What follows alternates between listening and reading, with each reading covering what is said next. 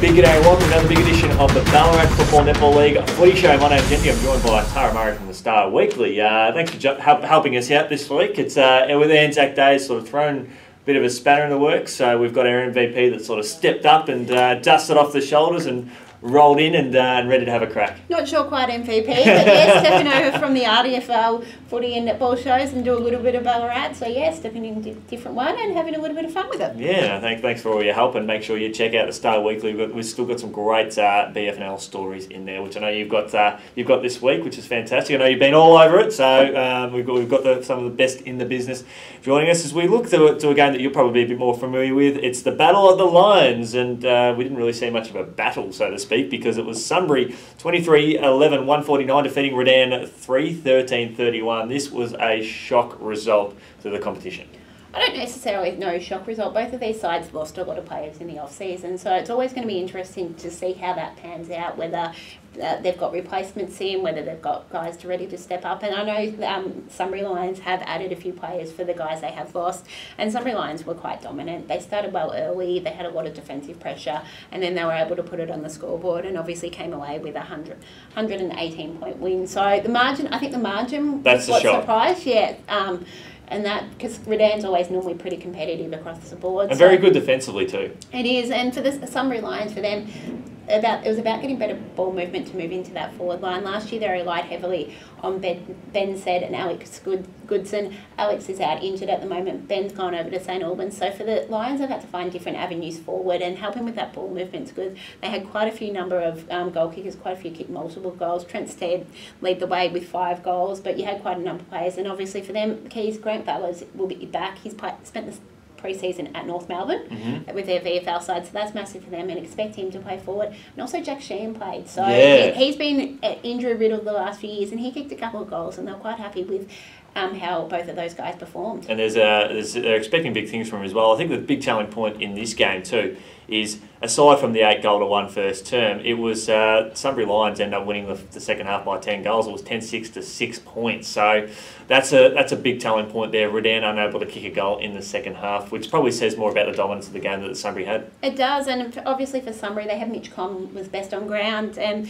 Mitch has been around Sunbury Lions, I think, his whole career, but the last few years he's had a bit more VFL side, and right now with no development league, he's right on the edge of the VFL side out at Coburg. So if he's not getting a game, we might see a little bit more from Mitch Conn back at Sunbury, which is a big boost for them. Adds to that midfield and adds a little bit of class to they've already got some classy players such as an Alec Megan. Yeah, keep an eye out for Dan. We got Cooper Peters, who played up at he represented AFL Goldfields in Far North Queensland last year. He went from under 16 and a halves at the end of 2017, where he played about 11 quality games, and straight into the seniors for this year, and he was named in the best. So he's a gun player to look out for. So we know that's a big step from under 16s footy to playing senior footy in the space of a pre-season, and also feature in one of the in the best against a team that had a commanding performance. That speaks volumes of this kid. It is, and it'll be interesting to see where Redan sits this year. Are they going to drop off from the pack? Obviously, we're used to them playing finals as they have for so many years.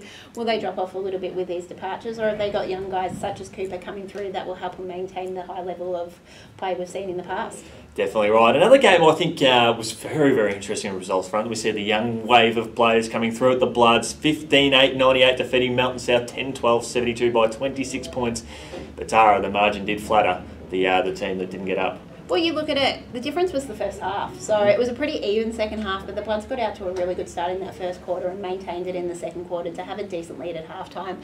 After this, in the second half, there wasn't much difference between the two sides, but we all know the rivalry between these two sides and how much they want to get the win. And for this time, the first time they were playing for the Darren Stanley Shield, so there was something extra on line, and we both know that Darren was heavily involved with both of these clubs. He won 2 Henderson medals, 1 with each side, so there was that on the line as well. And it was a really good win from the Bloods to start the season. Fantastic. And I love their jumpers as well. They wore on the day. And Lockie Watkins, we talk about young guns coming through. Lockie Watkins, who's with the Western Jets, he had a standout game there for South. So that was fantastic. The game I had the pleasure of getting out to on the day, it was Darley 11-12-78 defeating Bacchus Marsh 11-11-77.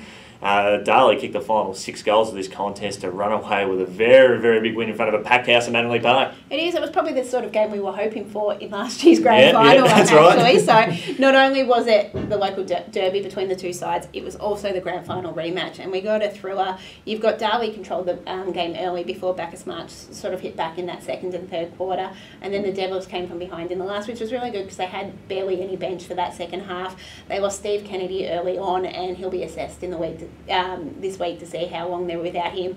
And it looks like bad news for Dan Roy, who seems to will miss the season with an ACL injury is what they're expecting. They're hoping scans will show different, but that's the early diagnosis there. So they had those key injuries. They had Matthew Young sent from the field as well. So they played a period with 17 men, but they were still able to get over the line. And speaking to Heath Scotland after the game, he said, the way, with it being underdone, the injuries, it's like an 8-point game for them round one. And it was very impressive from their part as well, because there was 1 point the margin for a lot of that last quarter, and probably the last 7 or 8 minutes was spent in the Bacchus Marsh forward line, where there was just multiple stoppages. And credit Darley, they held firm, and they wouldn't concede an inch there. So a great win there, a great win to start the season. East Point 18-10, 118 defeated Ballarat 3-9-27.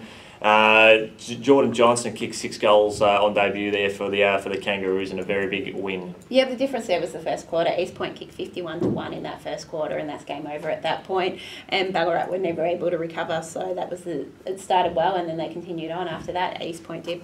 Yeah, hopefully Ballarat, they've got a young side coming through, and no doubt they'll bounce back from that. But East Point narrowly missed the finals last year, so they are definitely a team on a mission. A game that I probably expected to go be a little bit closer was North Ballarat City 16-14, 110 defeated Sebas 5-13-43. We know, Tara, bad kicking's bad footy. Sebas kicked 1-6 in the first term, and they were chasing tail from that point on. It is, and then North Ballarat City won every quarter as well, so it makes it hard when you start so slowly and you've got a team that started well. And North Ballarat, we saw towards the bottom of the ladder last year, a position we're not used to they're in. So whether or not that was just one season and they're going to bounce back up is something we'll see. They're both sides were down towards the bottom last year, so it was a key for both of these sides to get an early win and get some confidence. North Ballarat getting over the line. Yep, exactly. Having a really big win there Saturday night football. Well, that's our roundup, wrapping up the round one of the Ballarat footy. Tara, thanks so much for joining us. We look forward to being in your company later on this week. Thanks for having me.